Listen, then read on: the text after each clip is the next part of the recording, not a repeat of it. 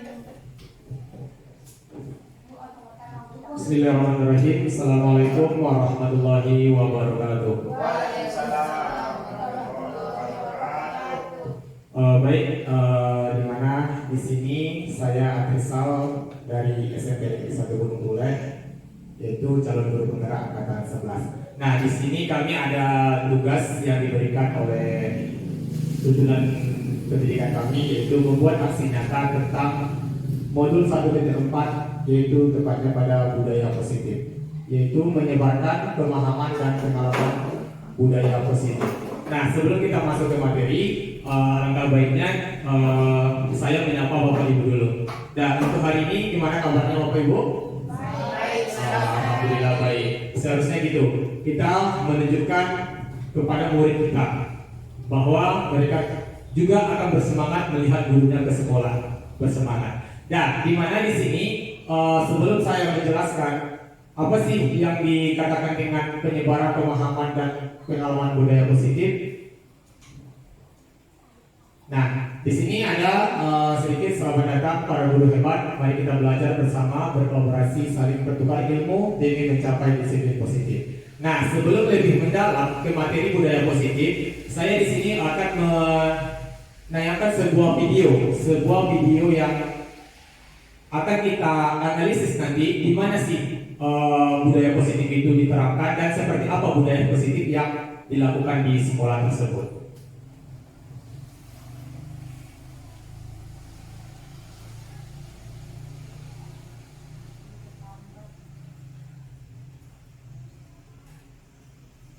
Nah, nanti dari video ini saya bisa bertanya kepada Bapak Ibu budaya positif apa yang mereka terapkan dan budaya positif apa yang siswa langgaran terhadap pelanggaran sekolah tersebut.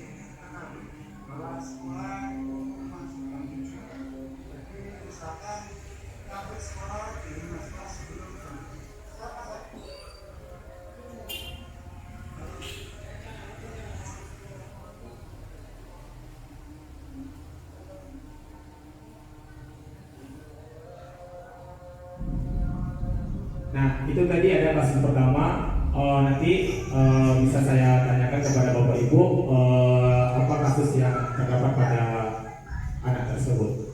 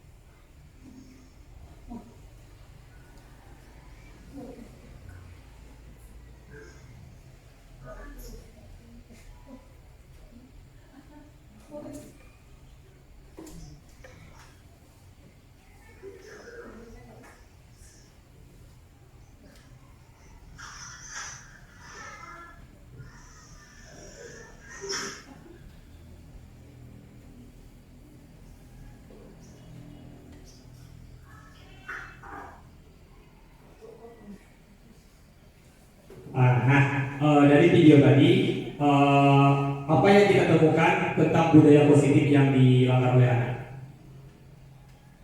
Ya Ibu, silakan.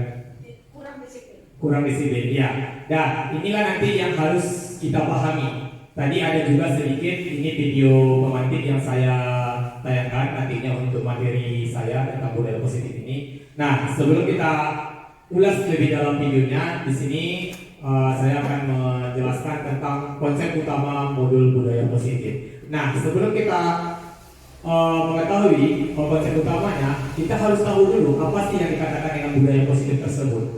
Dan di mana budaya positif merupakan perwujudan dari nilai-nilai atau keyakinan universal yang diterapkan di sekolah. Budaya positif diawali dengan perubahan paradigma tentang teori kontrol. Dan selama ini barangkali kita sebagai guru merasa kewajiban mengontrol perilaku siswa agar memiliki perilaku sesuai yang kita harapkan.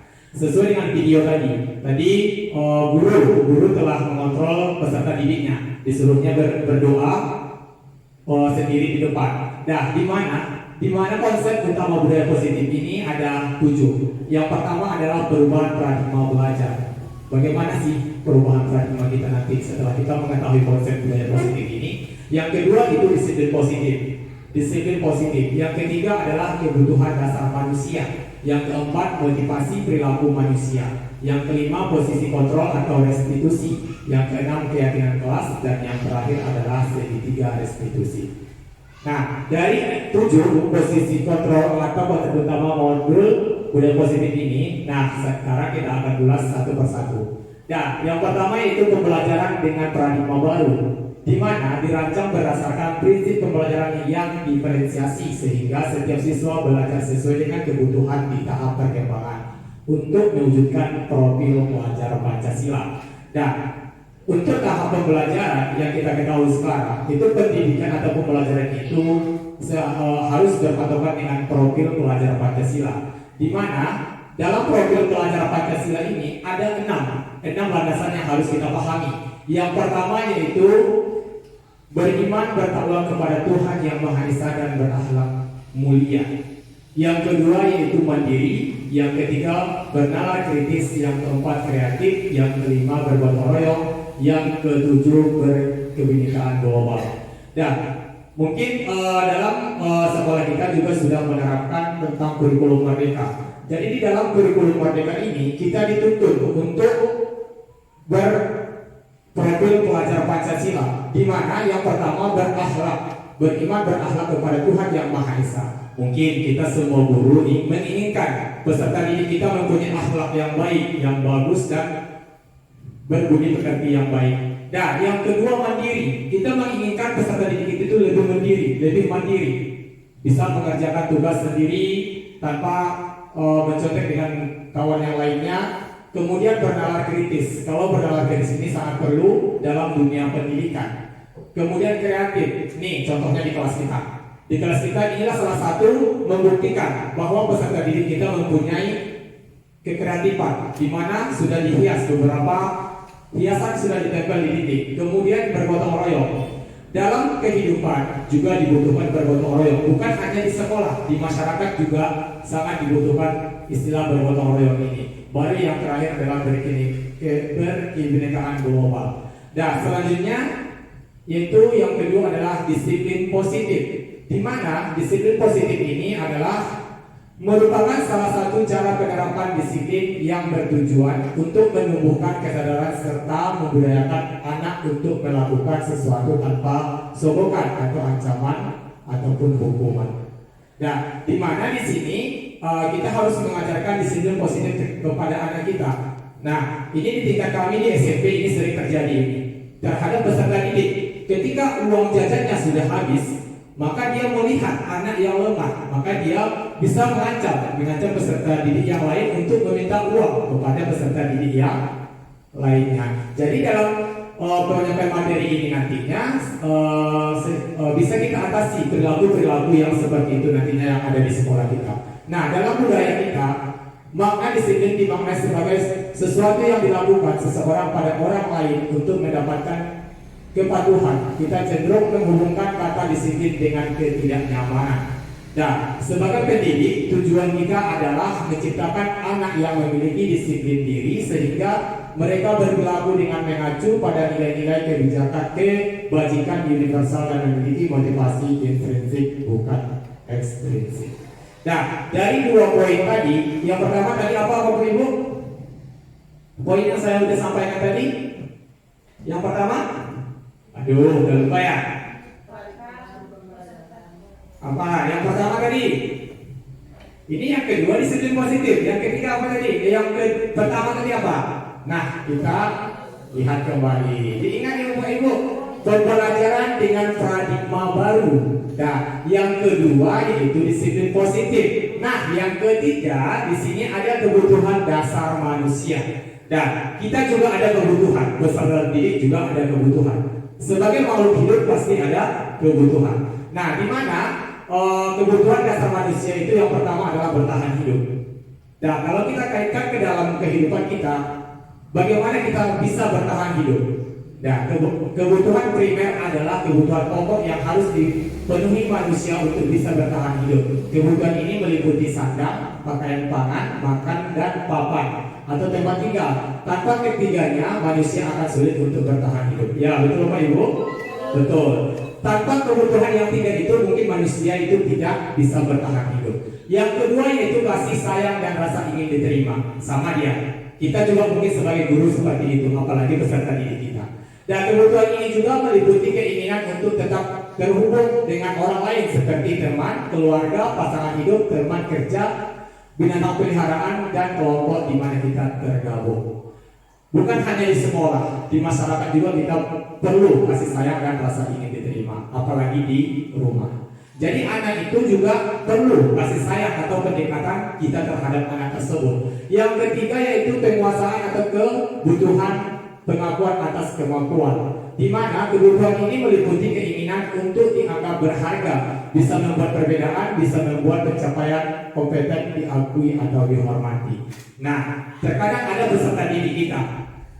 Bagaimana sih pola dia belajar, bagaimana supaya dia lebih giat belajar. Nah, dari sini bisa kita terapkan. Kita berapa peserta didik kita mungkin berbeda dengan sifat mereka masing-masing. Yang keempat yaitu kebebasan atau kebutuhan akan pilihan. Kebutuhan untuk bebas adalah kebutuhan akan kemandirian, otonomi, memiliki pilihan, dan mampu mengendalikan arah hidup seseorang. Nah, ini tadi yang saya sampaikan. Peserta didik itu tidak semua dia sanggup. Ada beberapa bagian yang mereka kuasai masing-masing. Terkadang anak contoh tidak paham di matematika, tapi paham di bahasa Indonesia. Tidak paham di seni budaya, tapi paham di pendidikan agama. Jadi kebutuhan anak itu kita harus tahu ke arah yang mana yang mereka inginkan. Terkadang anak di materi tidak suka, tapi di praktek lebih baik. Yang selanjutnya yaitu kesenangan atau kebutuhan untuk merasa senang. Kebutuhan akan kesenangan adalah kebutuhan untuk mencari kesenangan bermain dan berketawa. Bayangkan hidup tanpa kenikmatan apapun, betapa menyedihkan. Glasser menghubungkan kebutuhan akan kesenangan dengan belajar. Dan kesenangan ini juga perlu dalam pembelajaran. Nah, Bapak Ibu juga seperti itu mungkin. Ketika ada pelatihan atau kegiatan apapun di luar, kalau tidak ada hiburannya pasti bosan. Nah, sama dengan peserta didik. Sama dengan peserta didik, mereka juga butuh kesenangan dalam pembelajaran atau kepuasan mereka dalam pembelajaran itu sangat diperlukan. Nah, sama juga seperti kita. Mungkin juga kita kalau terlalu banyak tugas, mungkin cepat bosan. Nah, anak juga seperti itu. Dan masuk kita yang keempat yaitu motivasi perilaku manusia, di mana motivasi merupakan dorongan yang timbul dari diri seseorang secara sadar ataupun tidak sadar untuk melakukan suatu tindakan untuk tujuan tertentu. Dan kita juga pasti ada motivasi. Ketika kita dulu sebelum jadi guru, pasti guru ada motivasi kita. Saya suka dengan guru ini, saya suka dengan bapak itu. Pasti seperti itu. Nanti saya setelah besar saya ingin jadi guru.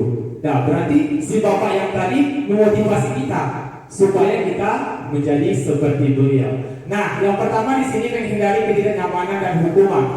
Nah, murid melakukan disiplin karena ia takut dihukum. Ini merupakan perilaku motivasi ekstrinsik.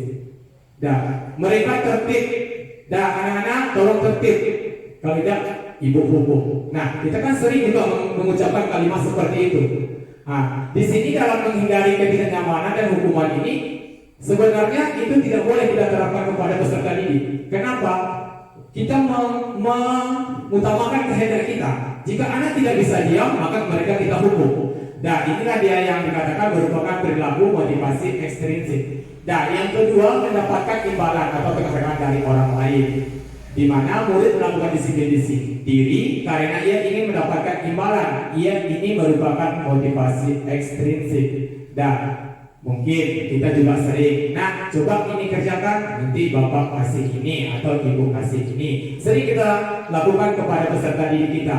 Nah, kalau berdasarkan motivasi perilaku manusia ini, mungkin juga seperti itu. Dan anak pun nanti ketika kita suruh, pasti ada imbalnya, mereka merasa senang. Dan yang ketiga yaitu menghargai nilai-nilai kebijakan diri sendiri. Murid melakukan disiplin karena ia sadar akan nilai kebajikan. Ini merupakan motivasi intrinsik. Dan murid melakukan itu karena mereka pun tahu bahwa yang mereka lakukan nanti bisa dikatakan dengan disiplin. Akan sadar akan nilai kebajikan yang ada pada diri mereka. Dan selanjutnya yaitu konsep disiplin dengan identitas gagal. Nah, di sini ada hukuman dan ada penghargaan. Nah, Bapak Ibu, di sini ada yang warna merah dan warna kuning. Di sini ada hukuman yang warna merah, yaitu menyakitkan, tidak nyaman, murid takut, memaksa murid menyembunyikan kesalahan, dan murid menjadi rendah diri. Sedangkan penghargaannya tidak efektif, merusak hubungan, sifat diri, mematikan kreativitas, dan menghukum dengan sistem merakit. Nah, di sini saya ada buat tanda silang. Nah, sekarang saya bertanya kepada Bapak Ibu, boleh nggak kita terapkan ini di kelas kita? Boleh nggak? Kurang tepat. Kurang tepat. Boleh, tapi kurang tepat. Nah, makanya di sini saya membuat tanda silang di sini. Kenapa? Betul yang kata Ibu tadi, kita boleh melakukan, tapi kita lihat kondisinya seperti apa. Tapi kalau ini saja kita terapkan di kelas, ini tidak boleh. Nah, seperti apa yang bisa kita terapkan di kelas? Nah, ini dia konsep disiplin dengan identitas sukses. Tadi dengan identitas gagal, ini identitas sukses. Yang pertama adalah konsekuensi, yaitu penguatan jangka pendek, perlu monitoring berkelanjutan, stimulus respon, kemudian kehilangan waktu untuk mengurangi kesalahan. Kemudian dalam restitusinya, yaitu murid bertanggung jawab untuk perilakunya, fokus pada pemecahan masalah jangka panjang. Murid menghormati dirinya dan orang lain, atau teori kontrol, dirinya memegang kontrol. Dan tadi sudah kita bandingkan bagaimana sih dengan identitas gagal dan sukses. Nah, inilah perbedaannya antara identitas gagal dan identitas sukses. Dan selanjutnya di sini ada konsep disiplin, yaitu pendekatan restitusi, yaitu sebuah cara menanamkan budaya positif terhadap siswa. Dan inilah cara-cara atau bagaimana kita bisa menanamkan sifat positif itu terhadap peserta didik atau siswa. Pengertian restitusi, kita terlebih dahulu harus paham apa sih yang dikatakan dengan restitusi tersebut. Nah, di mana proses menciptakan kondisi pada murid untuk memperbaiki kesalahan mereka sehingga bisa kembali ke kelompok mereka dengan karakter yang lebih kuat. Ini dikatakan oleh Gosset pada tahun 2024. Beliau mengatakan tentang restitusi ini. Nah, kita pahami, kita maknai pengertian dari restitusi. Di sini menciptakan kondisi pada murid untuk memperbaiki kesalahan mereka. Jadi mereka yang memperbaiki kesalahan mereka sendiri, bukan dari kita. Kita hanya memberikan mungkin memberikan arahan, tapi untuk menyelesaikan masalahnya bukan kita. Nah, seperti yang dikatakan dalam restitusi, itu memperbaiki kesalahan mereka sehingga bisa kembali ke kelompok mereka dengan karakter yang lebih kuat, sehingga mereka bisa bergabung dengan kawan-kawannya yang ibaratnya lebih disiplin di sekolah. Nah, sekarang ciri-ciri restitusi. Ciri-ciri restitusi ini yang pertama, bukan menebus kesalahan namun belajar dari kesalahan. Ini yang saya katakan tadi, bukan menebus kesalahan mereka, tapi mereka belajar dari kesalahan. Sama kita, mungkin kita ketika gagal, mungkin kita belajar dari kegagalan tersebut. Yang kedua yaitu memperbaiki hubungan. Nah, kalau ada nanti peserta didik kita, ketika kita tegur, semakin jauh dengan kita, nah bagaimana tindakan kita sebagai guru untuk menerapkan memperbaiki hubungan ini. Nah, seharusnya ketika peserta didik kita membuat kesalahan, kita jangan terlalu menjauhi dia, tapi kita mendekati dia. Walaupun mereka membuat kesalahan, itulah fungsinya atau ciri-ciri tentang memperbaiki hubungan. Yang ketiga itu tawaran bukan paksaan. Nah, inilah kita tawarkan. Nah, dirimu sanggup di bidang ini, kamu bersedia atau tidak? Itu kan sebuah tawaran. Jangan kita ponis langsung. Nah, kamu langsung dalam permainan bola kaki atau bola voli. Nah, jangan seperti itu. Nanti mereka tidak sanggup. Apa yang mereka lakukan? Nah, disinilah yang berfungsi atau ciri-ciri restitusi itu tawaran bukan paksaan. Kita tawarkan kepada anak. Ketika anak menerima, berarti dia membawa dan menghayati apa yang mereka lakukan. Nah, yang keempat yaitu menuntun untuk melihat ke dalam diri. Nah, itu yang saya sampaikan tadi. Mereka menuntut untuk melihat ke dalam diri mereka. Apa yang mereka sanggup, apa yang mereka tekuni. Dan inilah dia yang keempat. Yang kelima itu mencari kebutuhan dasar yang mendasari tindakan. Yang kelima itu fokus pada karakter bukan tindakan. Yang terakhir itu menguatkan dan fokus pada solusi. Nah, kita menguatkan dan fokus pada solusinya nanti. Nah, yang terakhir ini kita hanya menguatkan sebagai guru dan solusinya kita kembalikan kepada anak atau peserta didik kita. Nah, sekarang udah beberapa poin yang saya sampaikan tentang ciri-ciri budaya positif tersebut. Yang terakhir itu konsep disiplin. Nah, selanjutnya perbedaan contoh kasus siswa mencontek di dalam kelas ketika penilaian. Nah, hukumannya guru menghukum siswa tersebut dengan menyobek kertas penilaian dan digantikan soal yang baru. Nah, Bapak Ibu, apakah pernah atau masih menerapkan budaya seperti ini? Tuh, guru menghukum siswa tersebut dengan menyobek kertas penilaian dan digantikan dengan soal yang baru. Ya Bapak Ibu, masih ada Bapak Ibu yang menerapkan? Tidak, bagus. Yang kedua yaitu guru marah dan murid menjadi takut. Ayo, masih pernah menerapkan ini? Kadang-kadang. Oke. Nah, selanjutnya itu konsekuensinya. Guru memberikan konsekuensi untuk tidak memberikan waktu tambahan ketika soal belum selesai saat waktu penilaian selesai. Itu konsekuensinya. Kemudian guru tegas dan siswa harus menghormati peraturan. Nah, di kelas kita mempunyai peraturan, kembalikan nanti ke peraturannya. Selanjutnya yaitu tentang restitusinya. Guru menanyakan keyakinan kelas dirinya dan membantu siswa menyelesaikan masalahnya. Nah, disinilah kita perlu nanti setiap kelas mempunyai keyakinan kelas tersendiri. Nah, ketika anak melanggar atau tidak menerapkan aturan tersebut, kita kembalikan keyakinan kelas kita. Nah, apa yang kamu lakukan dalam keyakinan kelas kita? Kita bisa bicara dengan konsep seperti itu. Bukan marah-marah, malah nanti ketika kita marah, anak menjadi takut. Nah, selanjutnya guru terbuka dan siswa menghormati dirinya. Nah, kita sebagai guru harus terbuka kepada peserta didik kita.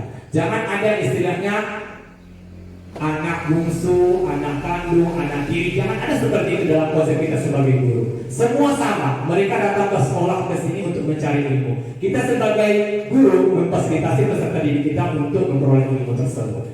Nah, selanjutnya yang kelima itu posisi kontrol restitusi, di mana ada 5 posisi kontrol yang harus kita pahami. Yang pertama yaitu menghukum, yang kedua berbuat rasa bersalah, yang ketiga teman, yang keempat pemantau, yang kelima adalah manajer. Dan yang pertama kita lihat dulu dari kasus 5 posisi kontrol yang tadi. Siswa tidak memakai atribut lengkap ketika upacara bendera. Nah, ini sering di sekolah kita terjadi. anak lupa pakai dasi, lupa pakai topi, malah lupa kadang pakai kaos kaki. Itu salah satu atribut yang kita sepakati di sekolah. Itu adalah aturan sekolah kita. Nah, bagaimana sih tindakan kita sebagai guru untuk menghadapi anak tersebut? Nah, di gambar ini ada beberapa anak, mungkin kurang besar ya. Ada beberapa anak ini di sebelah kanan ini, ada yang tidak pakai topi. Nah, tapi dia masih ikut dalam kegiatan upacara. Nah, di sini siswa tidak memakai atribut lengkap ketika upacara bendera. Itu kasus yang saya ambil tadi. Nah, yang kita ambil yang pertama adalah penghukum. Patuhi aturan sekolah lalu berdiri di depan barisan. Patuhi aturan sekolah lalu berdiri di depan barisan. Nah, makna dari kalimat itu kita pasti di sekolah ada aturan sekolah. Seperti apa aturan kita di sekolah? Kemudian guru yang bersangkutan memberikan hukuman terhadap anak tersebut berdiri di depan barisan. Nah, mereka tetap masuk dalam barisan, tidak di luar pagar. Mungkin kita kalau anak terlambat ketika upacara, nah kamu baris dulu di luar pagar, jangan masuk. Nah, Bapak Ibu, jangan seperti itu lagi. Silakan anak masuk ke dalam kelas, ke dalam barisan. Mereka juga mungkin dari rumah ada alasan hal tertentu, sehingga mereka terlambat. Dan mereka tidak pakai topi. Mungkin ada hal-hal yang mereka temukan nanti di rumah. Sama seperti ini, hukum ini sering kita lakukan. Ketika terlambat sekolah, nah di luar dulu sebelum upacara selesai kamu tidak boleh masuk. Nah, untuk tahap selanjutnya itu kita suruh mereka masuk. Jangan kita biarkan mereka berada di luar pagar. Bisa jadi nanti mereka diadakan di barisan belakang, tapi mereka masih ikut di dalam barisan tersebut supaya mental anak nanti tidak kena. Nah, yang kedua yaitu membuat rasa bersalah. Beberapa kali Bapak harus memberitahu kamu, jujur kecewa sama kamu. Nah, kita udah sering nih menegur anak yang tadi, yang tidak memakai atribut tadi, sehingga kita sebagai guru udah bosan itu ke situ aja anaknya yang terlambat, yang tidak memakai atribut. Nah, kita sempat mengatakan itu, nah jujur kecewa sama kamu. Nah, ketika orang lain berkata kepada kita, apa yang kita rasakan? Pasti kecewa. Sama seperti pesan tadi itu. Berapa kali Bapak harus memberitahu kamu, jujur kecewa sama kamu. Nah, itu kan membuat merasa bersalah. Kemudian anak nanti berpikir, duh, ibu udah kecewa, bapak udah kecewa sama saya. Seperti apa lagi yang harus saya lakukan? Saya sering terlambat. Nah, untuk besok saya mencoba supaya tidak terlambat lagi ke sekolah. Nah, pasti anak berpikir seperti itu karena kita tadi udah kecewa kepada anak. Dan yang ketiga adalah pemantau. Kalimatnya, ayolah yang tertib, buat bapak bangga. Kali ini tidak apa-apa kamu salah. Nah, bisa kita katakan seperti ini karena kita memantau. Gimana sih anak untuk selanjutnya? Apakah dari kalimat tersebut dia termotivasi, bisa berubah? Nah, ayolah yang tertib buat bapak bangga. Kali ini tidak apa-apa kamu salah. Kita coba dulu sekali kalimat yang ini seperti kepada anak yang terlambat tersebut. Apakah nanti di hari selanjutnya dia masih terlambat? Nah, inilah fungsi pemantau. Kita memantau anak. Selanjutnya,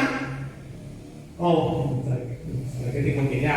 Nah, kamu sudah melanggar apa peraturan dan konsekuensinya? Nah, seperti di kelas, kita kembalikan ke dalam kelas. Nah, ketika anak melanggar aturan kelas kita, maka apa peraturan dan konsekuensinya? Pasti kita membuat aturan, ada konsekuensinya kita buat. Nah, kita kembalikan kepada anak tersebut. Yang kelima yaitu manajer. Apa kamu tahu kesalahanmu? Kira-kira bagaimana kamu akan memperbaiki kesalahan ini? Nah, yang posisi kelima adalah posisi manajer. Kita sebagai guru tidak memberikan solusi kepada anak, tapi anaklah yang mencari solusi terhadap yang dia langgar. Maka di sini perlu apa kamu tahu kesalahanmu? Nah, setelah anak mencurahkan kesalahannya, kemudian kita bertanya, kira-kira bagaimana kamu akan memperbaiki kesalahan ini? Nah, sama aja seperti yang tadi, anak yang terlambat tadi atau anak yang tidak memakai atribut. Apa kesalahannya? Pasti dia menjawab, saya tidak pakai topi Pak, Bu. Nah, kira-kira bagaimana kamu akan memperbaiki kesalahan ini? Nah, untuk besok saya akan pakai topi. Pasti itu jawaban mereka dasarnya. Setelah mereka nanti lupa juga, lah inilah yang tugas kita sebagai 5 posisi kontrol. Dan selanjutnya yang terakhir yaitu keyakinan kelas. Nah, di kelas mungkin kita sebagai guru sudah mempunyai keyakinan kelas masing-masing. Mungkin antara kelas ini dan kelas itu berbeda keyakinan kelasnya. Nah, mengapa kita memiliki peraturan tentang penggunaan helm pada saat mengendarai motor? Mengapa keyakinan atau tidak peraturan? Nah, mari kita bahas cara membuat keyakinan kelas. Yang pertama yaitu berdiskusi tentang peraturan. Kita berdiskusi dulu dengan peserta didik kita. Tidak boleh kita sebagai guru langsung menciptakan, wah ini aturan kelas kita. Tidak, kita harus berdiskusi terlebih dahulu dengan peserta didik. Karena kalau peraturan atau keyakinan kelas ini dari mereka untuk mereka, sehingga mereka nanti melakukannya senang dan mengingatnya lebih mudah. Dan kemudian memutuskan peraturan menjadi keyakinan. Kita terlebih dahulu membuat peraturan, kemudian setelah selesai membuat peraturan, mari kita putuskan peraturan itu menjadi keyakinan kita di kelas. Nah, yang terakhir itu menempelkan keyakinan kelas. Nah, kita simpulkan dari awal, dari pertama, kedua, ketiga, peraturan diubah menjadi keyakinan kelas. Kemudian keyakinan kelas yang telah kita buat tersebut atau yang telah kita sepakati, kita tempelkan di kelas. Sehingga ketika anak melanggar aturan tersebut, nah aturan kelas mana yang kamu melanggar? Kita bisa berbicara. Nah, coba kamu baca aturan kelas yang mana yang kamu melanggar. Nah, itulah gunanya kita menempelkan keyakinan kelas kita di kelas. Dan di sini ada keyakinan kelas kami di kelas 71. Yang pertama, kelas bersih. Nah, ini kalimatnya simpel saja. Ada yang satu kata, ada yang 2 kata. Nah, kelas bersih. Kami bisa menerapkan di sini kelas bersih. Bagaimana kelas yang bersih itu? Pasti anak tahu. Nah, boleh nggak sampah sembarangan dibuang? Tidak. Pasti sudah melanggar aturan kelas yang atau keyakinan kelas yang pertama. Itu kelas bersih. Nah, yang kedua rapi. Nah, ketika anak mengeluarkan baju, nah, apakah kamu sudah rapi? Kita kembalikan keyakinan kelas kita. Yang kedua, yaitu rapi. Ketika anak tidak pakai dasi ke sekolah atau pakai baju, nah, kita kembalikan ke keyakinan yang kedua, rapi. Yang kemudian tertib. Nah, kalau dulunya sembarangan, nah, apakah kamu sudah melanggar keyakinan kelas kita? Apa keyakinan kelas yang kamu langgar? Nah, kembali yang ketiga. Selanjutnya disiplin. Disiplin ini perlu kita adakan di kelas, yaitu disiplin. Yang kedua yaitu minta izin. Minta izin ini banyak maknanya. Yang pertama ketika istirahat, mau permisi. Ketika Pak, saya mau ke kamar mandi. Dan mereka harus minta izin dulu, tidak keluar sembarangan. Dan kemudian ketika guru memberikan sebuah pertanyaan, maka anak minta izin dulu untuk angkat tangan supaya menjawab pertanyaan yang dilakukan oleh guru tersebut. Yang keenam yaitu sopan santun. Ini yang perlu, sopan santun.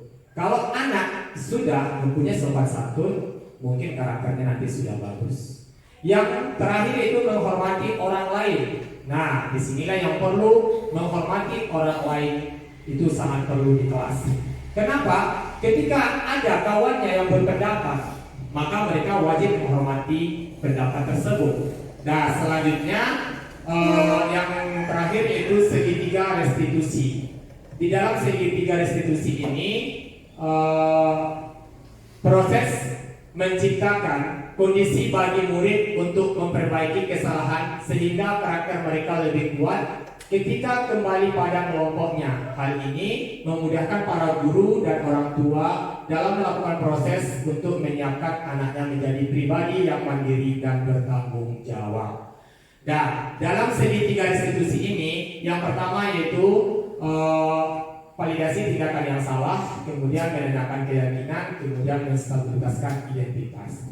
Nah, proses dialog terdiri dari 3 langkah. Yang pertama, itu yang saya bacakan tadi, menstabilkan identitas. Yang kedua, validasi tindakan yang salah. yang ketiga menanyakan keyakinan. Nah, di dalam pembelajaran segitiga restitusi ini kita terapkan sangat baik dan akan kita kembalikan kepada peserta didik kita, bukan kita sebagai pendidik yang memberikan solusi kepada anak kita, tapi mereka lah yang mencari solusi tentang permasalahan yang mereka lakukan. Dan dalam segitiga restitusi, proses penciptaan kondisi bagi murid untuk memperbaiki kesalahan mereka sehingga mereka bisa kembali pada kelompok dengan karakter yang lebih kuat. Dan setelah kita menerapkan restitusi ini, kita menciptakan kondisi bagi murid untuk memperbaiki kesalahan mereka. Biasanya anak yang sering terlambat itu belajar dari anak yang tepat waktu, sehingga mereka nanti merasa, oh saya sudah melakukan kesalahan. Mereka tidak melakukan kesalahan dan mereka termotivasi terhadap anak tersebut. Nah, adapun kesimpulan dalam segitiga restitusi itu yaitu menerapkan segitiga restitusi pada masalah yang muncul dengan menempatkan diri pada posisi kontrol manager. Maka aspek yang dikembangkan pada murid adalah motivasi yang muncul dari dalam diri untuk mencapai sesuatu demi memuaskan diri sendiri dan tanpa dipengaruhi oleh orang lain, sehingga pemahaman nilai kebajikan dapat tumbuh dan berkembang sehingga nantinya menjadi kebiasaan positif pada dirinya dan membentuk karakter sehingga menjadi budaya positif. Nah, sebelum kita menyimpulkan materi semuanya, di sini saya kemarin ada menemukan kasus di sekolah kami tentang segitiga penyelesaian segitiga restitusi.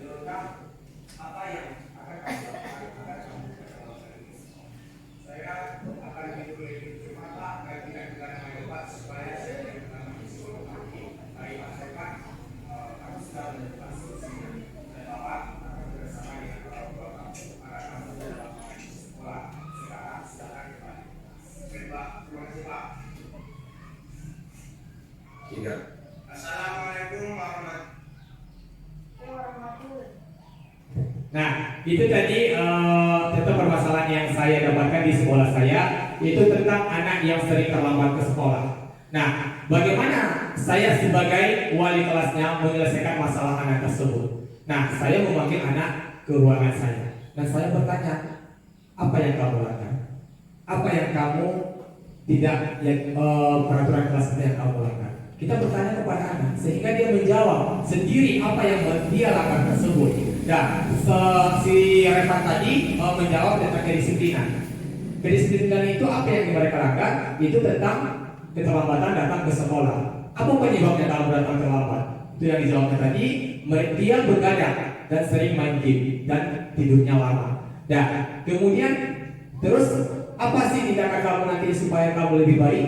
Nah, dia menjawab juga.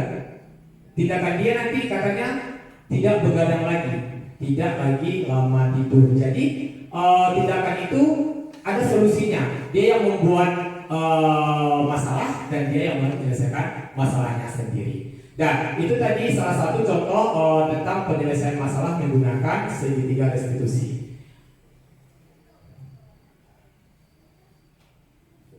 Nah, sesuai dengan yang kesimpulan ini, menerapkan segitiga restitusi pada masalah yang muncul dengan menempatkan diri pada posisi control manager.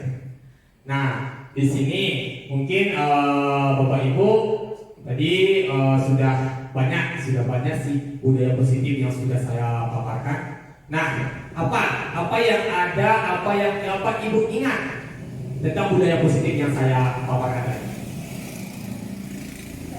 Ya, Ibu. Menggunakan kedisiplinan pada tepat waktu. Oke, yang lain? Bapak Ibu yang lain? Nah, tadi ada 7 poin loh yang udah saya sampaikan tadi tentang budaya positif yang bisa kita terapkan di kelas ataupun di sekolah. Malah jangan hanya di sekolah dan di kelas, di rumah pun boleh, di masyarakat pun boleh. Nah, apa? Lupa Bapak Ibu? Nah, coba kita evaluasi kembali supaya nanti Bapak Ibu bisa menerapkannya di sekolah masing-masing. Nah, yang pertama di sini konsep utama budaya positif itu ada 7. Yang pertama adalah perubahan paradigma belajar. Bagaimana sih? Yang biasanya pembelajaran yang kita laksanakan itu monoton. Nah, buat sekreatif mungkin. Sehingga anak nanti merasa senang ketika belajar dengan kita. Anak terasa tidak ada beban. Maka kita perlu perubahan paradigma belajar. Yang kedua itu disiplin positif. Yang ketiga adalah kebutuhan dasar manusia. Kita harus tahu apa sih kebutuhan dasar peserta didik kita. Ini yang ketiga, kebutuhan dasar manusia. Karena kita di sekolah, maka kita harus tahu bagaimana kebutuhan dasar peserta didik kita, seperti apa yang mereka inginkan. Nah, yang keempat, motivasi perilaku manusia. Nah, sering kita memberikan motivasi kepada peserta didik kita. Yang kelima adalah posisi kontrol restitusi. Yang keenam, keyakinan kelas.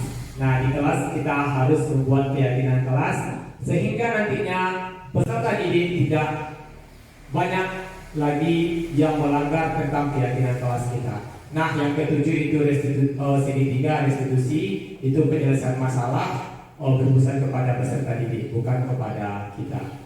Nah, itu tadi 7 konsep utama budaya positif yang harus ada pada diri kita sebagai pendidik. Nah, mungkin itu sebagai kesimpulannya tadi. Mungkin sebelum saya tutup presentasi saya,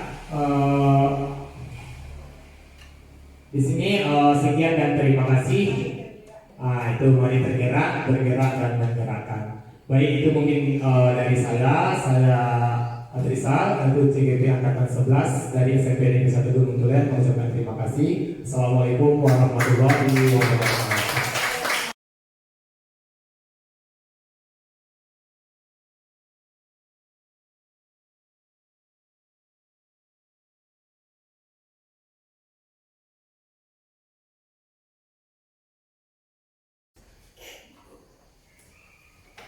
Assalamualaikum warahmatullahi wabarakatuh. Waalaikumsalam warahmatullahi wabarakatuh. Baik anak-anak Bapak, untuk pagi ini masih semangat belajarnya? Masih. Apa kabar kalian semua? Alhamdulillah, luar biasa. Allahu Akbar. Oke, tahu pagi ini kita belajar apa? Matematika. Sebelum kita masuk ke dalam pembelajaran matematika, alangkah baiknya supaya pembelajaran kita lebih bagus, kita membuat tentang keyakinan atau kesepakatan kelas kita dulu. Sehingga nantinya kalian dalam pembelajaran matematika tertib dan teratur. Tidak ada yang melanggar keyakinan kelas. Ketika nanti ada di antara kalian yang melanggar keyakinan kelas, maka kita bisa memperlihatkan, ini loh keyakinan kelas kita, apa yang kalian langgar. Kan kita bisa memberi sanksi kepada kawan-kawan kalian yang memberikan atau yang melanggar tentang aturan kelas kita.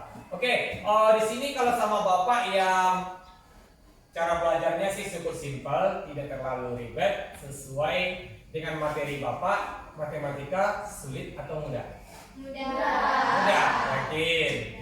Oke, kalau mudah kita tunggu untuk belajar selanjutnya nanti apakah perkataan mudah itu sesuai dengan perkataan kalian.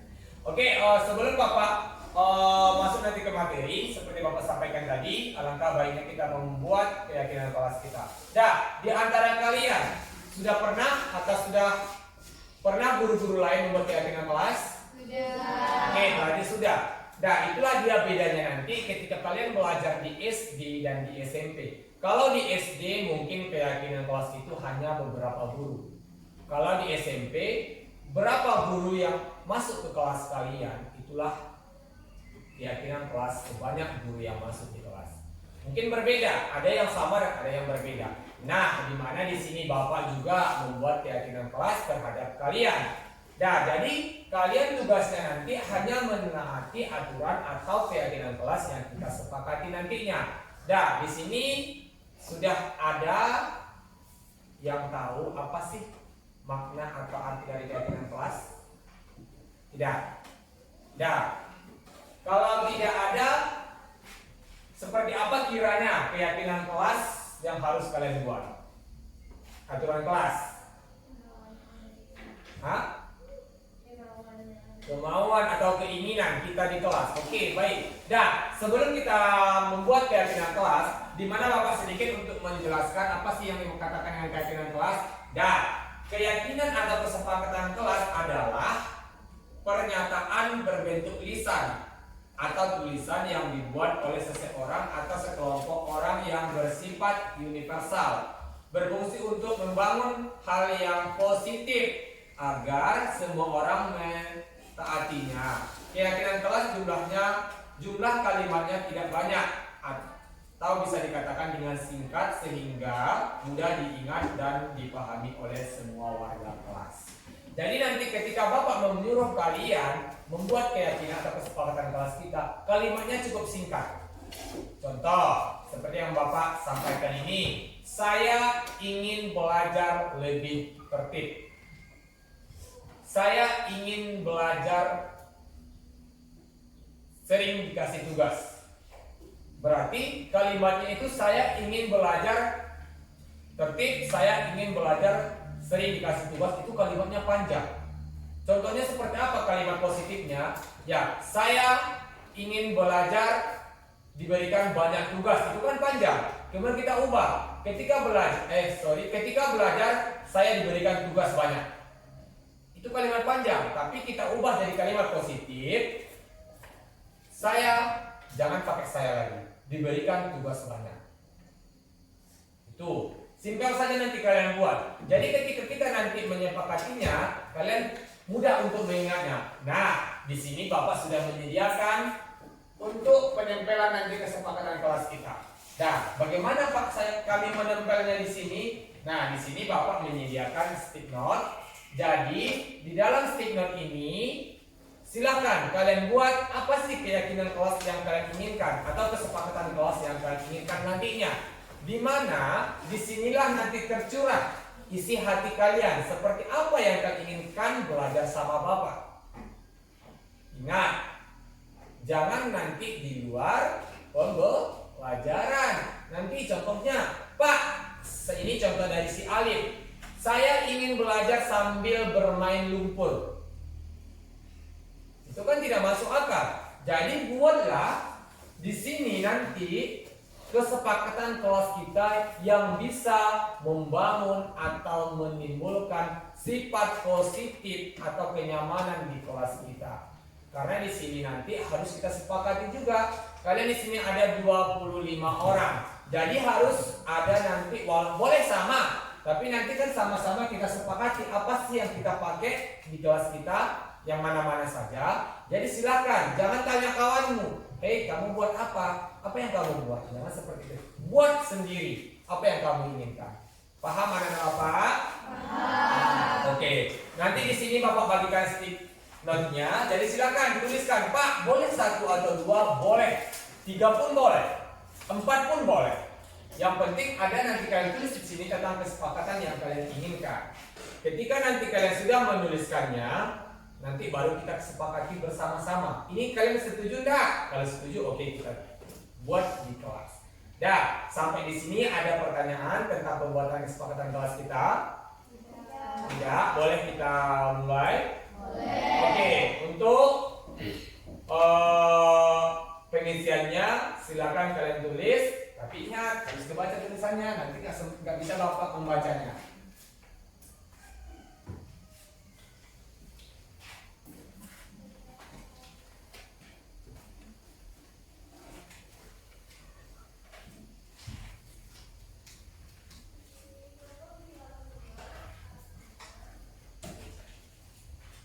Dan yang sudah dapat silakan ditulis. Ingat apa yang kalian inginkan, jangan yang Bapak inginkan, karena ini kesepakatan kalian supaya nanti kalian lebih aktif untuk pembelajarannya, sehingga nanti pembelajaran dalam kelas terlihat aktif dan tertib. Silakan kalian tulis apa yang kalian inginkan, jangan yang Bapak inginkan, karena ini dari kalian untuk kalian, bukan dari Bapak untuk kalian. Bapak nanti tugasnya hanya menyepakati, kita sepakati ini setuju atau tidak. Jangan pula nanti ketika kami ingin setiap pembelajaran matematika dikasih uang jajan. Jangan seperti itu, nanti Bapak lah yang tumpul.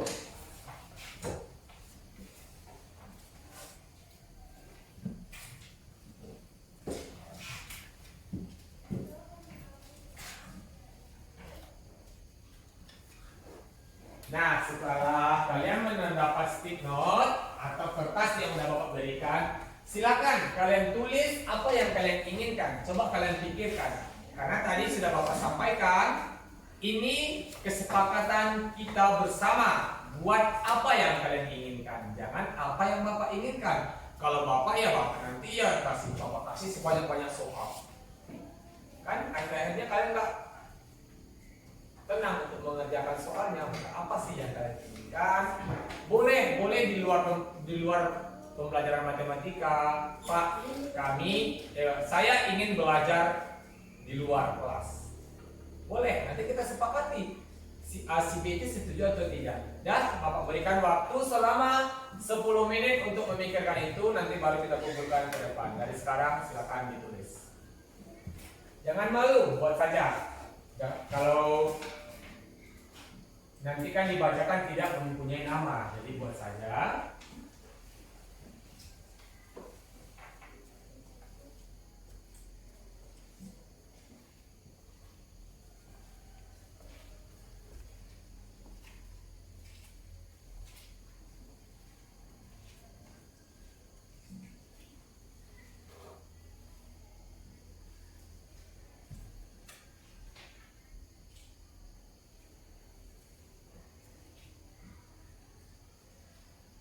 Boleh, kalau sudah ada sama guru yang lain juga, itu juga yang kalian buat boleh, tidak masalah.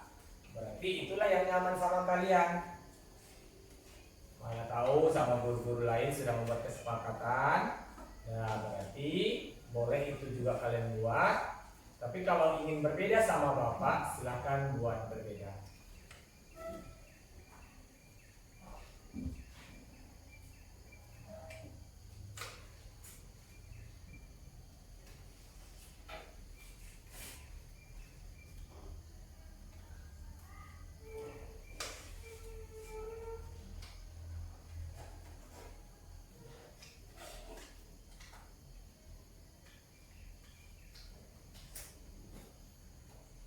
Udah Arif? Belum? Ibnu udah? Udah? Oke, pikirkan Ibnu.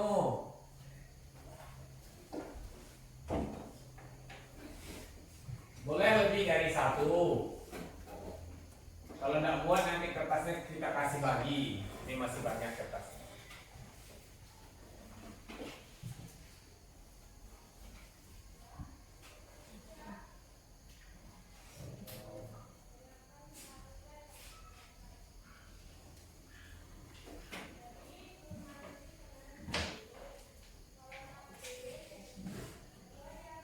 Udah Fit? Belum. Oke udah? Belum. Yuk. Ini masih lama. Baru 3 menit. Pikirkan dengan bagus. Nanti setelah Bapak baca ini bagus, kita setujui. Boleh. Udah Bilkis? Belum.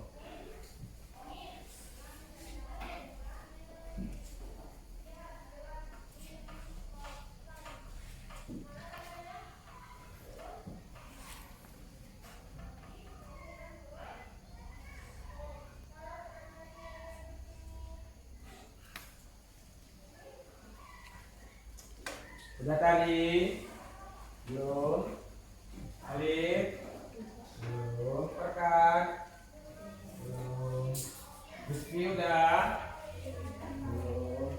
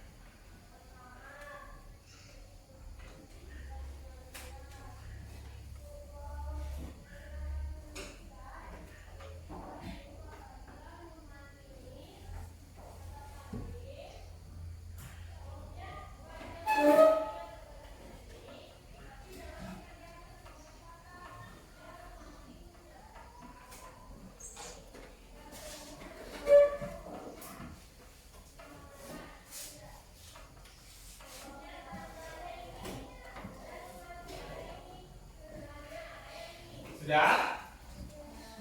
Dah. Oke, silakan kembali baca yang kalian tulis. Mana tahu ada yang ingin diperbaiki. Sebelum kita tempelkan di papan tulis yang sudah Bapak sediakan tempat untuk penempelannya. Dah. Sudah? Dah, silakan dari Apip terlebih dahulu. Silakan tempelkan apa yang ingin Apip buat di kesepakatan kelas kita. Silakan. Tempelkan nanti secara berurutan dari sini ke sana ya. Sini dulu. Kembali.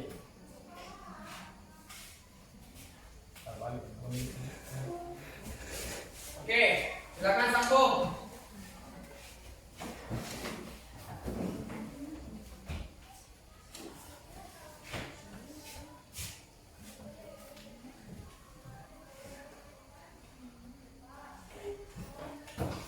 Oke, lanjut.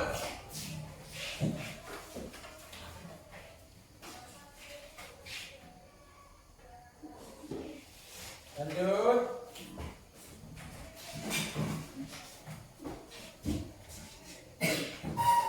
Oke, silakan lanjut.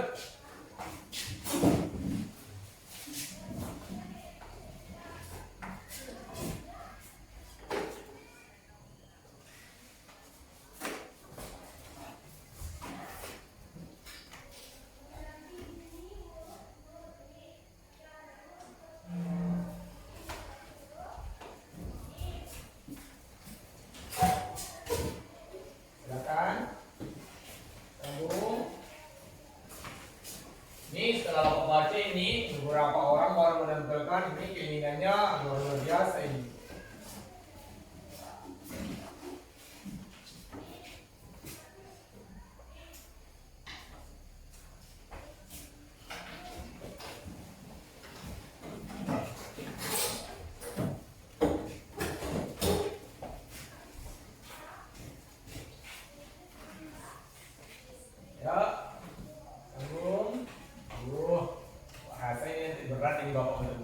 Dah.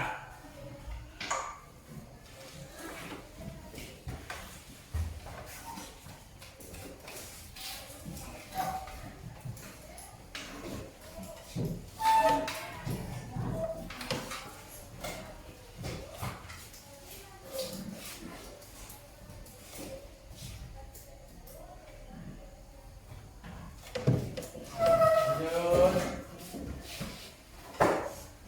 Bapak bingung ini. Tantangan dari Bapak ini.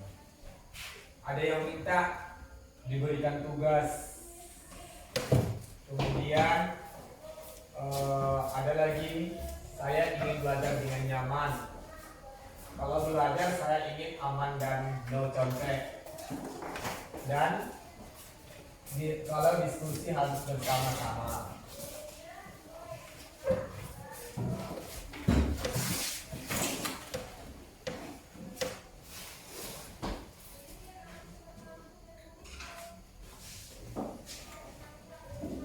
Ya.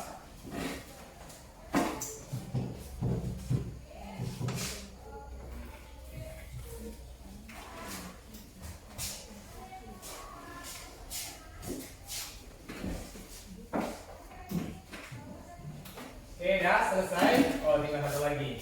Itulah di belakang-belakang. Nampak apa? Oke. Dah. Ada berapa ini? 2 dapat 21 sudah menempelkan kelas atau kesepakatan kelas kita yang kalian inginkan di kelas. Nah, setelah terkumpul di papan ini, nanti tugas kita menyepakati mana-mana saja yang harus kita terapkan di kelas kita.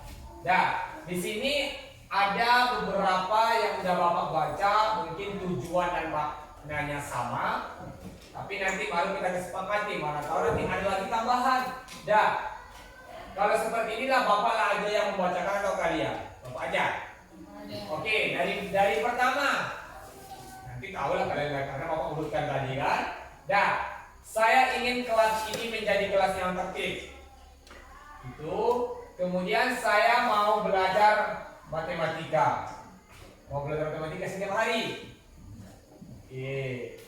Terus saya ingin ketika belajar tertib dan materinya dijelaskan. Kemudian apabila saya mempunyai kesalahan, saya ingin ditegur dengan baik dan tidak memakai sepatu ke kelas karena kotor.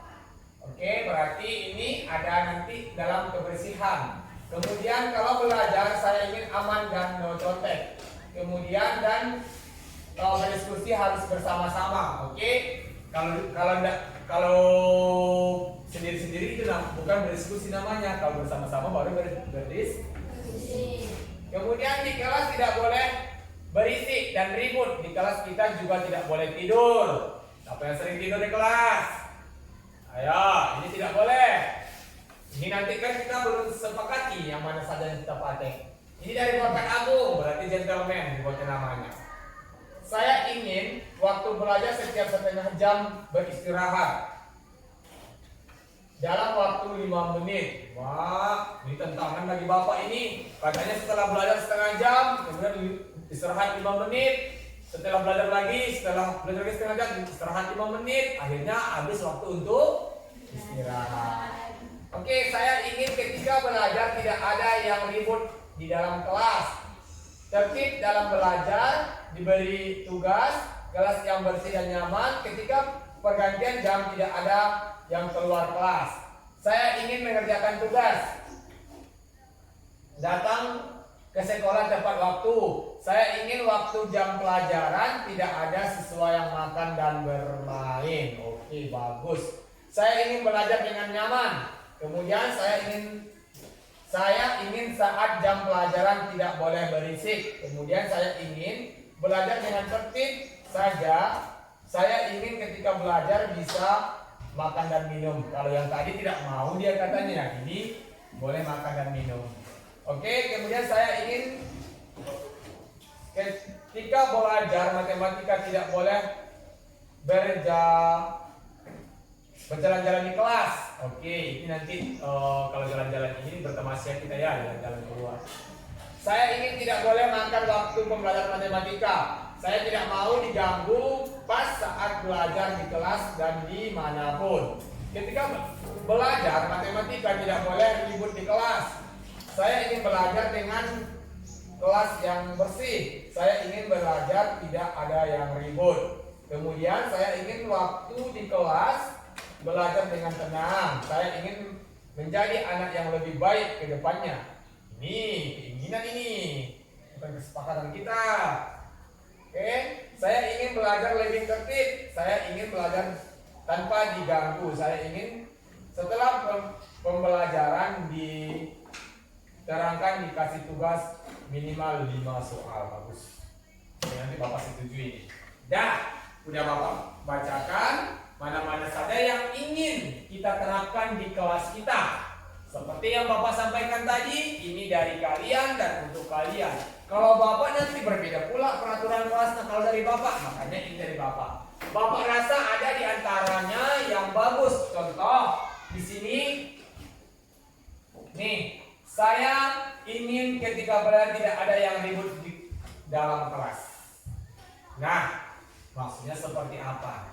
Terkadang kita berbeda. Kita kalau ada yang ribut kita tidak konsentrasi lagi. Jadi bisa kita sepakati ini. Saya ingin ketika belajar di kelas tidak ribut dalam kelas. Jadi dalam pembelajaran tidak boleh ribut kecuali ingin bertanya. Bertanya boleh. Pak, saya ingin bertanya. Pak, saya seperti ini. Dah. Oke, ini Bapak setuju kalau nanti kita sama-samakan. Dah. Saya ingin kelas ini menjadi aman dan tertib. Ini sudah termasuk ke yang tadi. Saya mau belajar matematika. Mau belajar matematika setiap hari. Oke, nggak masalah. Dah, saya ingin ketika belajar tertib dan materi dijelaskan ini sama ini.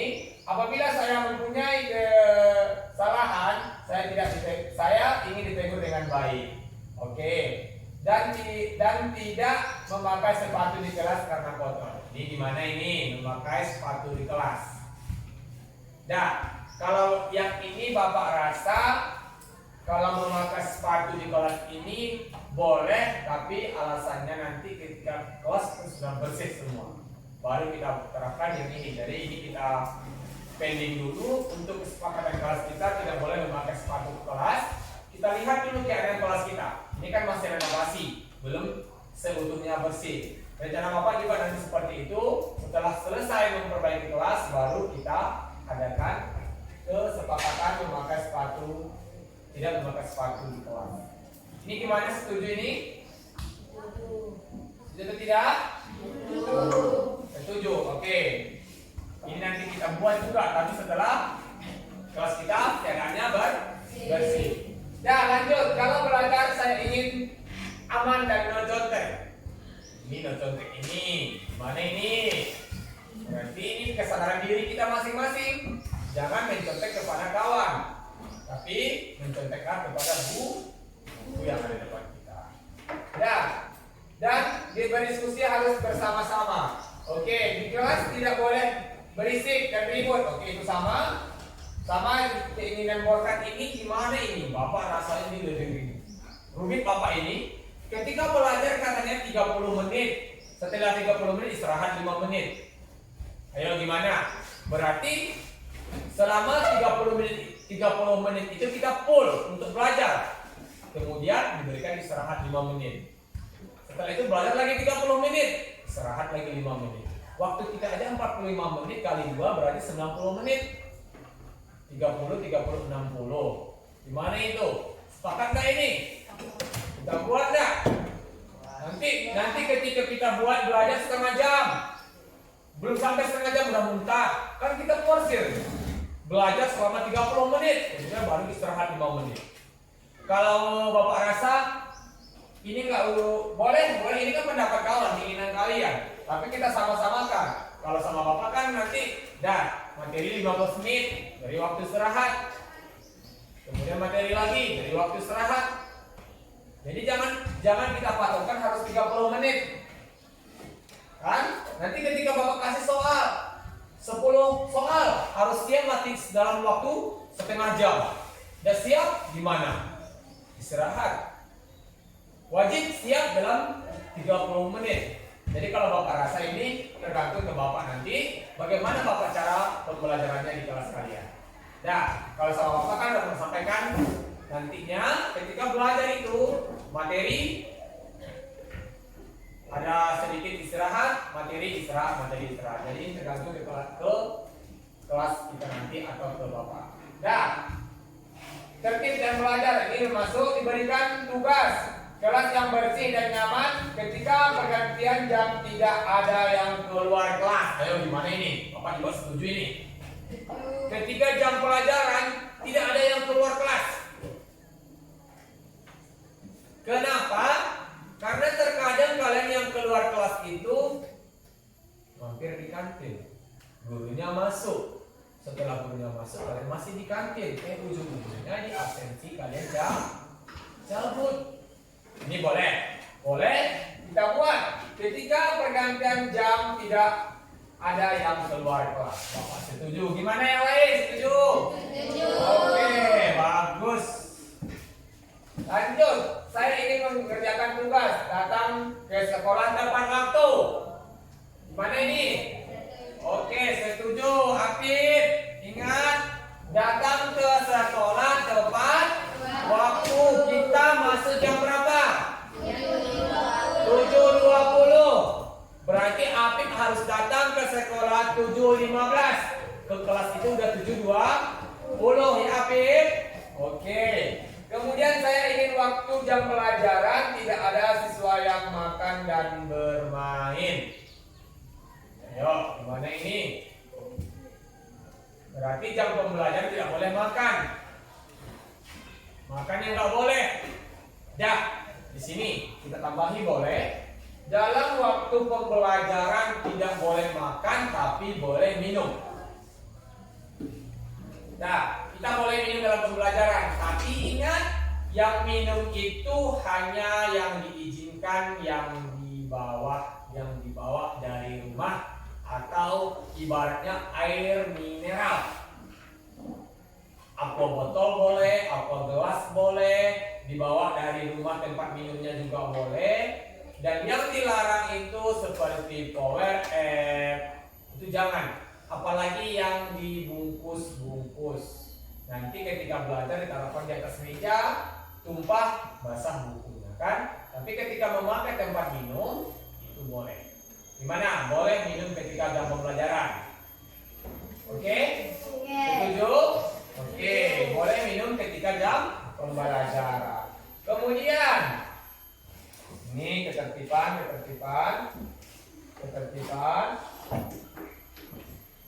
Saya tidak mau diganggu pas saat belajar ketertiban. Ketika belajar ini tidak boleh diberikan ketertiban. Saya ingin belajar dengan kelas yang bersih. Saya ingin belajar juga dengan ketertiban. Saya ingin menjadi anak yang lebih baik ke depannya.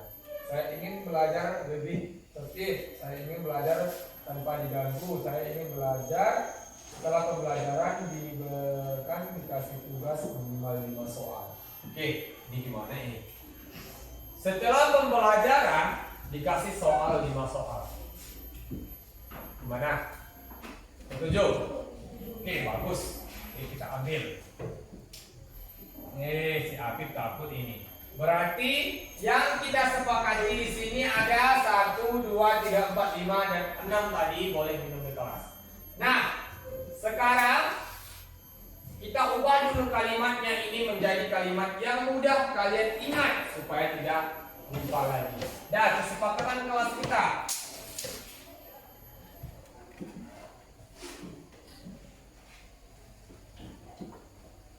1, tidak boleh datang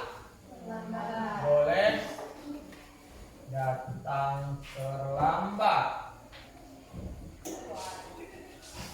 Nah, di sini ingat kita tidak boleh datang terlambat. Yang kedua, saya ingin belajar tidak ada yang ribut di kelas. Berarti tidak boleh ribut di kelas.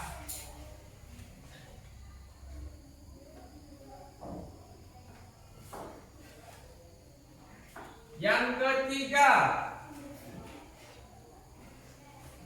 ketika pergantian jam tidak ada yang keluar kelas, berarti ketika jam tidak ada ketika jam pergantian tidak boleh keluar. Nah, yang keempat, saya ingin,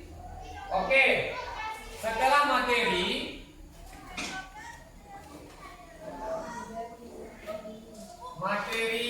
diberi soal 5 soal. Yang kelima, boleh minum di kelas. Nah, di sini ada 5 yang kita ambil dari beberapa yang disampaikan oleh kawanmu.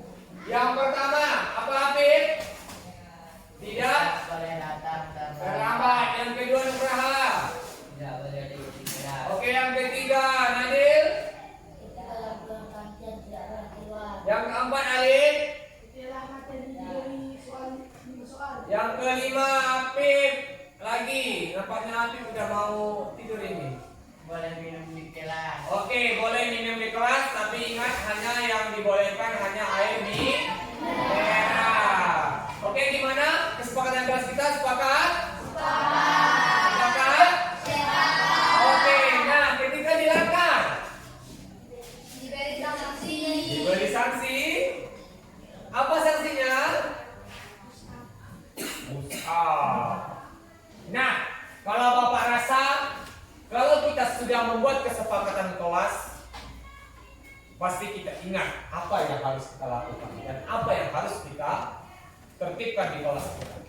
Ketika nanti dilanggar 1, 2, atau 3 kali, nah itu berarti dia tidak mematuhi kesepakatan kelas kita. Dan kembalikan ke diri kalian masing-masing. Ketika kalian bersalah, otomatis kembali ke sini. Ketika kalian mengingatkan kawan kalian, ingat ketika nanti ada di antara kalian yang ribut, berarti ada tidak boleh ribut di kelas. Itu kesepakatan kelas kita. Jadi nanti ketika diingatkan oleh kawan, jangan marah karena sudah ada kesepakatan kelas kita. Dah, ingat ini Pip, yang lain juga diingat ini kesepakatan kelas kita, ini harus kita taati. Ketika nanti dilanggar, otomatis nanti kembalikan ke Bapak. Wali kelas kalian kembalikan ke Bapak. Bapak nanti yang akan menegur yang melanggar aturan ini. Dan ketika nanti tidak lagi di 1 kali, 2 kali, 3 kali ditegur, tidak didengarkannya, maka harus kita kembalikan ke pihak sekolah. Dan untuk kesepakatan kelas kita ada pertanyaan? Ada pertanyaan? Nah, sekarang coba renungkan kembali yang 5 ini, adakah di antara yang 5 ini yang paling berat rasanya kalian jalankan? Silakan. Tapi jangan ada paksaan. Bapak tidak mau ada paksaan. Ibnu ada, Apip, Arif.